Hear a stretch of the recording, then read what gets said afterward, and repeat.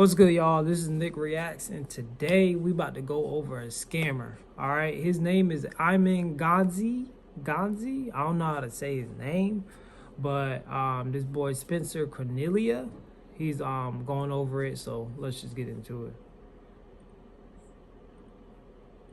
Or a millionaire at just 18 years old and an $85 million net worth by 23. From agency owner to YouTube star, he's had a meteoric rise. On the surface, he seems perfect, a little too perfect. He's as charismatic and polished as they come. And so far, he's escaped any kind of scrutiny. Until now. Iman has grown to nearly 5 million subscribers on YouTube, over 1.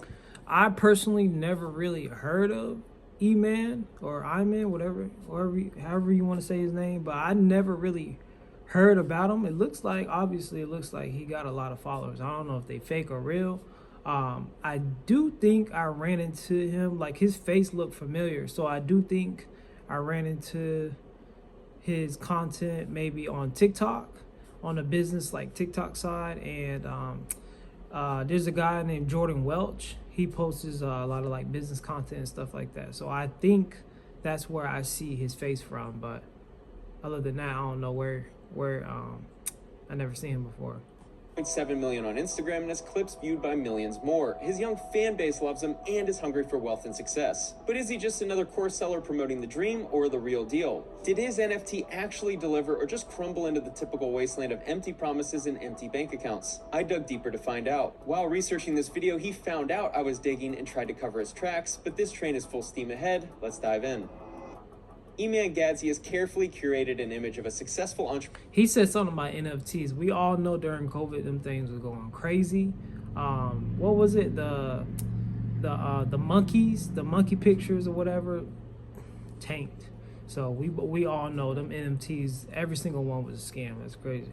Entrepreneur and investor. But what if that isn't entirely true? He seems to have a large and loyal audience, but that doesn't stop him from buying bot comments. Here on a mini viral video from a small YouTuber named Switzy, you can see Iman's name among several other botted comments. Looks like she forgot to remove Iman's name from her bot script. Switzy is also in Dubai, so it wouldn't surprise me at all if Iman hooked him up with this bot guy. Fake comments aside, there's no doubt in my mind that Iman is wealthy. Yes, influencers can max credit cards to rent a supercar for a day, but his lifestyle is not cheap. What matters most to me is the source of the funds and if the guru is as legitimate as they claim. Iman is a course seller, one that likely makes millions of dollars a year. You've probably seen one of his ads recently. A major component of his sales pitch is that he had a tough life growing up. I'm an only child and I just had a difficult upbringing. I try not to dive too deep into people's personal lives, but he includes it in his brand image, and I found this next segment contradictory. Now, selling courses, I feel like as long as you practice what you preach, you can sell your course, and whatever the price you want to put it at is whatever the price you want to put it at.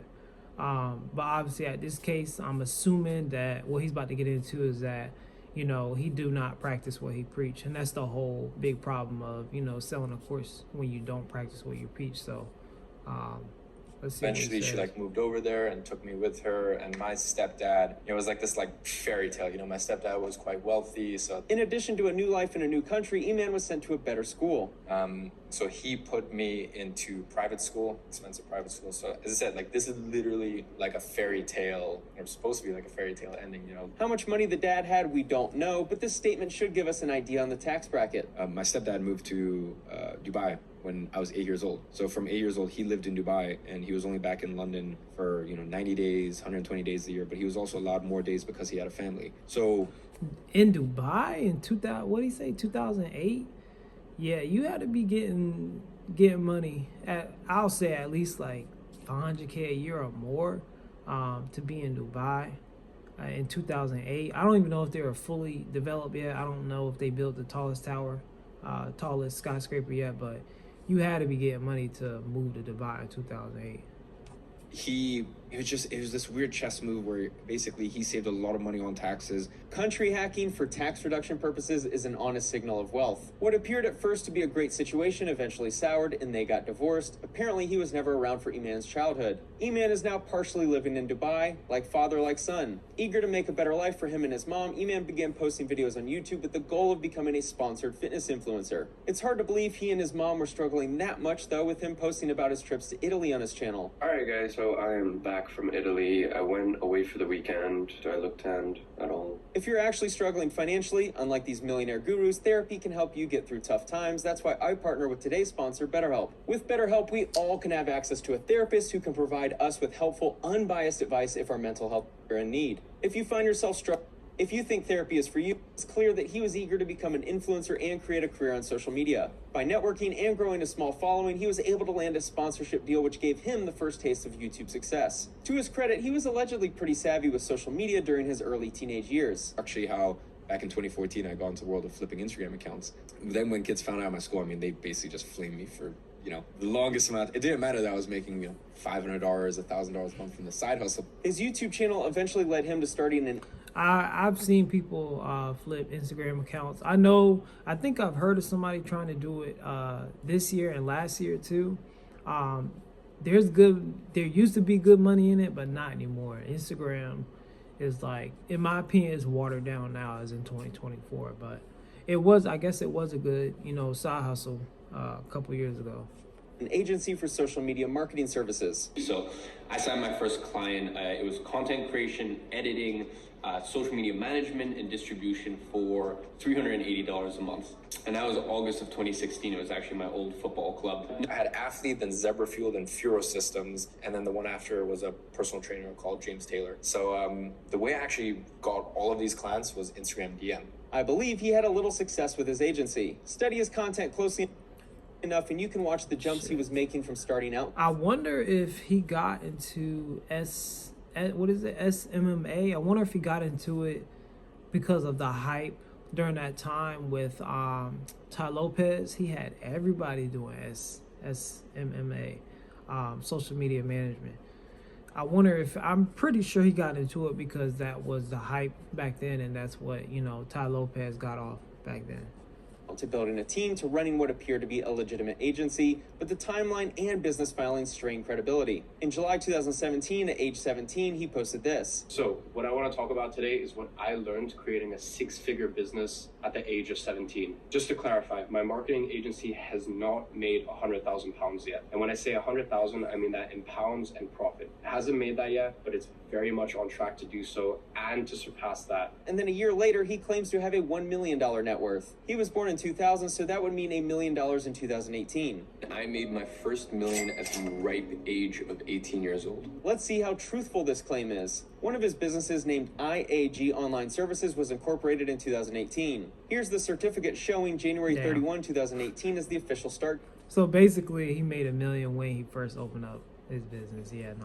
date. In the UK, even private businesses have to submit paperwork and asset documents, which is how I access this data. And then I started scaling to like 50, 60, 70K a month. The balance sheet shows this company had less than $300,000 in assets. I watched a lot of his videos around this time, and there was no indication of other assets owned, such as real estate, stocks, or private equity in other businesses. This is the balance sheet for 2023 that shows the company as having only $177,000 in assets. 60K a month or whatever to where I am right now, at like roughly 200K a month profit. It's true that companies don't always keep large cash or asset reserves, but the timeline of his business filings raises even more eyebrows. Another company I found tied to his name is IAG Asset Holdings that was incorporated in 2020. This company also didn't do anything and dissolved less than a year later. Nice Stuff Limited was incorporated in 2019 and did absolutely nothing before dissolving a couple years later. Agency Flow Limited was incorporated December 2021. The balance sheet shows that they have around $315,000 in total assets. Big Day Lifestyle was incorporated in November 2023. This is for his new drink that he promotes regularly on his Twitter. With all that said, where's the proof of him making millions from his agency? So basically, he was lying. 300,000, 200,000, 100,000 is not $1 million, bro. That's not $1 million. He might have had that in his bank account, but that's not $1 million. He lied. Or at least be more specific. If it was, $1 million in revenue, but 200, 300K in profit, then just say that. You ain't got to say, like, to me, if you say you made your first $1 million, I'm thinking that's $1 million in your bank account. But hey, he was possible lying. I'm missing something, but I couldn't find anything indicating his agency was still making millions or ever did. Iman states that he closed his agency in 2022, so this begs the question I always ask in cases like these. If his agency was so profitable, why didn't he sell it? Iman posted on Facebook that he hates people who don't practice. Yeah, I mean, why would you close a business that makes profit? You feel me? And if it's making you profit and you don't want to do it no more, you sell it. So there's no reason to close a business. Oh yeah, I was making, a certain amount of money, even $100,000 profit a month. Somebody's gonna want to buy that business. But he just closed it. Yeah, I don't believe it. I don't believe he was making any money off that company. Just what they preach. E-Man, since you make all of your money selling a course on running an agency, but don't run an agency yourself, does that mean you hate yourself? Here's the best part. And yet, here's me chained to my laptop working late at night. This isn't how you should run an agency, E-Man. The good news is that's not how I run mine. IAG Media takes up, at most, 4 or 5 hours a week of my time. IAG Media was incorporated in November 2017. This company didn't do anything and shut down less than a year later. This company has been dissolved since August 14, 2018. IAG Media only took up 4 or 5 hours a week of E-Man's time, his words, because it wasn't doing any business. Yeah. His 4-hour work week was 4 hours because he had no clients. So what happens when your business isn't making any money? Ladies and gentlemen, this video is now clickbait. On the 6-year anniversary of signing my first client back in August of 2016, I'm shutting my agency down. 6 years of blood, sweat, and tears, a 6-year journey that took me from a broke high school student to a multi-millionaire. Tell me if you've heard this one before. Business owner dramatic- shuts down the business that dramatic makes a lot of music in the money. background. I haven't. Honestly, I haven't, because it doesn't happen. And if they want to move on, they sell the business. Simple as that. They can even accept a lowball offer if they want. Someone will buy a profitable business. You can guarantee that. I run a 7-figure agency using systems and processes. I haven't seen any proof. That really showed it in 2021, where at my agency, IAG Media, we So he was So he was posting on social media, lying, and then not practicing what he preached, and then literally said, "I don't like people who don't practice what they preach." That's so contradicting. That's crazy. had our best year, and we also had our best single month at $160,000 in profit. Again, I haven't seen any proof. E-Man has successfully convinced everyone that he's a mogul agency owner when his business's balance sheets indicate something else. His course could be amazing. It could have thousands of successful students. His software upsell could be everything these customers need. Sure, I hope that's the case. But I think E-Man realized that selling a highly priced course was how you actually make money in the super competitive agency world. He's not the first and won't be the last. Confident he'll be a billionaire by the time he's 35. He is very disciplined with anything financial in his life. My favorite trait about E-Man is he's in this next wave of wannabe entrepreneurs who try to brand themselves as a 9-figure business owner, but he's just a glorified course seller following the failure of a small-time marketing agency. And through sheer charisma and video production quality, he's somehow convinced everyone he's one of the legit ones. The biggest tell of these guys is that with each new wave, they add a figure to their marketing, constantly trying to one-up each other. First it was 6-figure, then 7, then 8, and soon to be 9. Do you really think that these industry expert gurus went from making a few $100,000s a year to becoming billionaires overnight? Or more likely, did they just need to pretend to be making more to sell more courses than the other guys? Now it's time to discuss what we've all been waiting for, E-Man's NFT project. What are you excited about right now? Definitely GCC. Like all high-end entrepreneurs, So where did his money come from? Because like he said, like his lifestyle is an expensive lifestyle, and he was traveling to Italy, went from Dubai to Italy to travel. So where is this money coming from? He did say that he has a wealthy stepdad, so I'm guessing it came from him. So I'm guessing that he inherited this money through his stepdad and with his mom, and it wasn't no couple $100,000, it was a couple M's. So he went and tried to he started a business, didn't put any work in, has a trust fund for a couple M's, and then just wanted to be a guru. That's pretty much what I'm getting at, what I'm getting so far. he released an NFT project in 2022 to ensure he'd be featured in the next Forbes 30 Under 30 magazine. He pitched the Gents Croquet Club as a private gentleman's club for dudes to network and link up with some high-end gents across the world. For the past several decades, Gentleman's Club has referred to strip clubs, so you'd expect them to have women around, but no such luck. Not sure why so many guys want to pay so much money to hang out with other guys without a gal in sight. but to each their own. The Gentleman's Croquet Club NFT offers Brotherhood, which while lacking in today's society is available in many cities at a much lower cost and with greater reward. VIP access, which highly implies access to Iman directly, a major reason for many members joining, I'm sure. Here's one member's comment on Iman's involvement or lack thereof. He never came into the voice channel. He never engaged in the chat. And when he finally addressed it because the community was calling him out, he said he was way too busy focusing on building the project. That's why he hired the moderators, and that's why he pays Peter to be in Discord all day. And of course, wealth creation is promised if you join. Yeah. And how is that wealth made? With a private research team, of course, guiding you on crypto, NFTs, and my personal favorite, metaverse real estate. The only form of real estate I'm aware of that doesn't have actual dirt underneath it. This joke market collapsed in less than 2 years and now only has 20 people trading in it. Even this guy could have 20 people show up to his virtual barbecue. GCC was launched in May 2022. When you were launching your NFT project, how much money did you actually make on the launch? On that day, we did $4.4 million. I personally took home because there were costs. I also had, our developer team. I had a co-founder. He's stuttering. When you stutter, you lying. So he's lying. In that, so I personally took home roughly around 2.8. Anyone with an ounce of business knowledge knew all along that the NFT model didn't make sense because there was no recurring revenue to support the promises made to the customers. It was all predicated on the promise of a speculative market that never actually existed, and these NFT bros pretend they didn't promise. Wink, wink. You made $2.8 million, and I'm like, yeah, that's also my salary for the next 20 years. And this is the inherent problem. It isn't enough money for him to care, as we'll see in a minute. This fall, we're going to say it loud and proud. No more abortion bans, no more threats to IVF, no more lies about birth control. This fall, abortion is on the ballot, and we'll be there. Our bodies, our choice, our vote. Every month, this Airbnb pays me in semi-passive income. Now, here's the thing.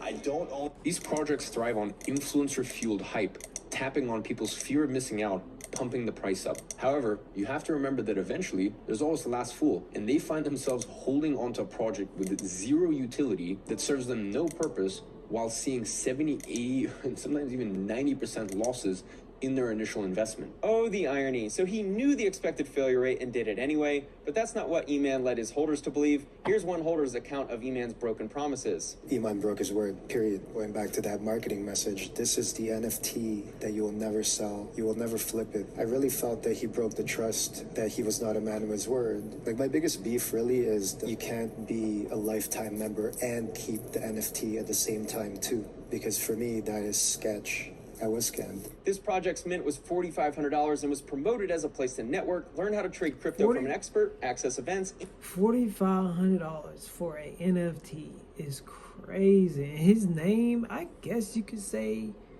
he was getting traction. He felt like he was getting bigger, so he charged that. But that's just crazy for an NFT. Even there was tons of NFTs that were not going for $4,500.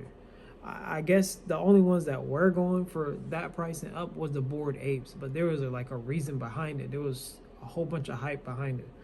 But NFT behind one guy who's doesn't show much behind the scenes, $4,500 now. And be a message away from Iman. Most importantly, they were promised that Iman would leverage his social media profiles to market the project. NFT projects all follow the greater fool theory, so marketing the project to millions is a great value because it increases the chance of a greater fool wanting to buy your NFT. But what happens if there isn't any marketing? Iman promised an end-of-month report for NFT holders. In a message delivered on January 12, 2023, Iman wrote that he will be marketing the project at the top of his lungs that year, even saying he'd be dropping a marketing nuke for the project. On February 7, 2023, Iman wrote that it was time to build GCC into one of the most prestigious men's clubs in the world, along with a video about a Web 2 announcement. A couple months later, Iman then sent this video to the community members. Gentlemen, I'm just going to have a very open and honest conversation with you guys today. The things that I've seen in the NFT world, I never thought I would see in the world of business in my entire life. He shares that they make zero revenue, zero form of reliable banking, and can't operate as a Web3 company. They also aren't able to offer the alleged utility of the NFT, a concierge service, for free because it costs $3,000 per year. This is a surprise to no one. NFTs were the most obvious scam of all time, and yet people still fell for them because of the promises being made by the influencers. The hurdles that NFT projects have had to face would shut any business down, and not only just shut businesses down, it would cause riot, it would cause panic. The riots are actually from all of the customers who bought into these these projects thinking there would be something of value offered and the NFTs could be sold years later. Iman also stated that they needed to switch to Web 2 for the project instead of Web 3. So it's currently $10,000 a year. They'll be moving to $12,000 a year very shortly. If you want to know how Iman pays for his lifestyle, look no further than his fans paying $10,000. I thought it was just $4,500. How did it become $10,000 a year? I'm so confused. To be in his community. Now, for those of you that hold 5 or more, you'll get 3 years access to the inner circle, and this is something we're going to be charging $50,000 a year for. This would be an amazing value if you were in a group with elite power players in your industry, but it's really just learning from Iman, the glorified course seller, and a few Discord messages from his team for $50,000. The one massive oversight is they said that I didn't realize, just how many of you guys used GCC as an investment strategy rather than for its utility. Majority of the people buying NFTs were doing so because these projects were hyped to the moon by someone with influence, and they anticipated being able to make money. When the market bottom fell out, people lost money, and allegedly business savvy people like Iman acted surprised. Reminder that the mint price was around $4,500 and some people paid a lot more. But for those that don't do anything with it by August 1st, as in they don't transfer it to Web 2, they don't sell it, and they don't transfer it, I will give a 4,500 USDC refund. This sounds great. Iman is offering a full refund, but there's more to this story. By April 2023, less than a year after minting this project, Iman already realized it was a failed endeavor. In a message to the group, he claims that you can trade in your NFT for access to what will now be a Web 2 membership group. GCC is the entire group, and the more expensive inner circle was the more exclusive group. He further claims in the video to be excited about the future of GCC and how awesome of a community he'll be building. His Instagram account at this time followed all of his other businesses but did not follow GCC. On July 5th, 2023, the two guys now running the show posted an update video for the group and addressed the refund claim. Essentially, the initial deadline was August 1st. We are giving 12 months on that deadline. So that deadline is now being pushed back to July 2024. This seemed promising for the many holders who wanted a refund. They simply needed to make a decision within the following few months. We believe that with 12 months of events and other plans outlined in the future of GCC, that this gives members who are looking to leave a far more attractive exit strategy. He's basically explaining are those his admins?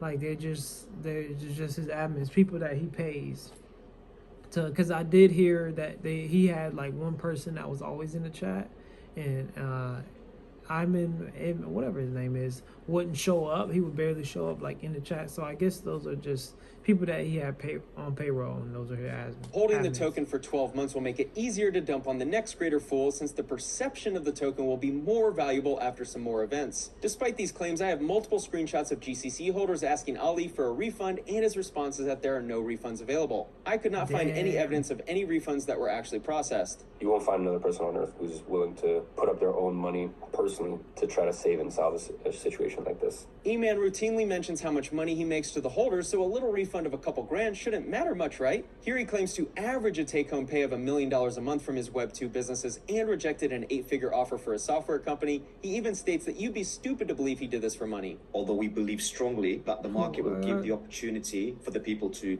exit at a better rate than any refund would have. My sources have told me that they pulled the offer to refund and haven't granted any to date. This is equivalent to someone walking into Home Depot and asking for a refund on their hammer that broke after opening the package, only to have the person tell them to wait another 12 months for inflation to cause hammers to be worth more. The NFTs are now selling for around $23, so good luck exiting your position. And the trading activity is basically dead as well. As Iman's social media accounts get bigger and he likely made more money from his courses, his attention to GCC waned to the point of being non-existent in the chats. People paid good money thinking most of the value would be access to this young entrepreneur who positioned himself as an excellent investor, knowledgeable businessman, and someone with access to a high-end social network. Instead, they got a worthless NFT, access to a Discord, and invitation to a couple events that would be logistically challenging to attend. Some holders started complaining, then reached out to me, and what do you know? Iman's cover-up began. My sources began asking people in GCC to help assist me with this video. Iman's team caught wind of this, and magically Iman showed up out of the shadows and followed GCC on Instagram again.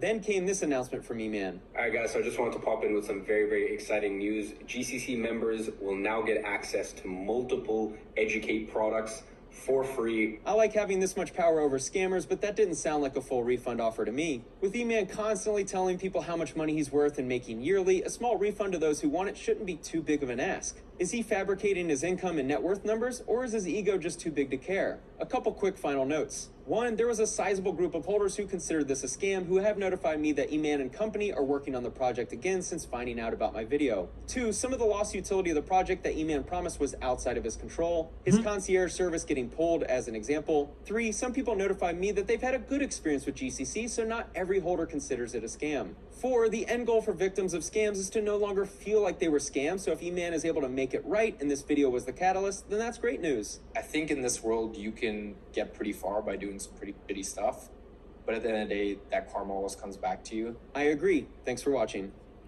So basically, bro was just a kid where his mom married a wealthy man, and his mom inherited the money from the wealthy man that she married, and he grew up with a trust fund. He wanted to be an entrepreneur, but he didn't put in the work. He started a business, didn't put in the work, didn't really go nowhere. His mom probably gave him money to start the business, and then it just got to the point to where he just wanted to be a guru. Then he had his followers follow him and just do anything he says and believe anything that comes out his mouth.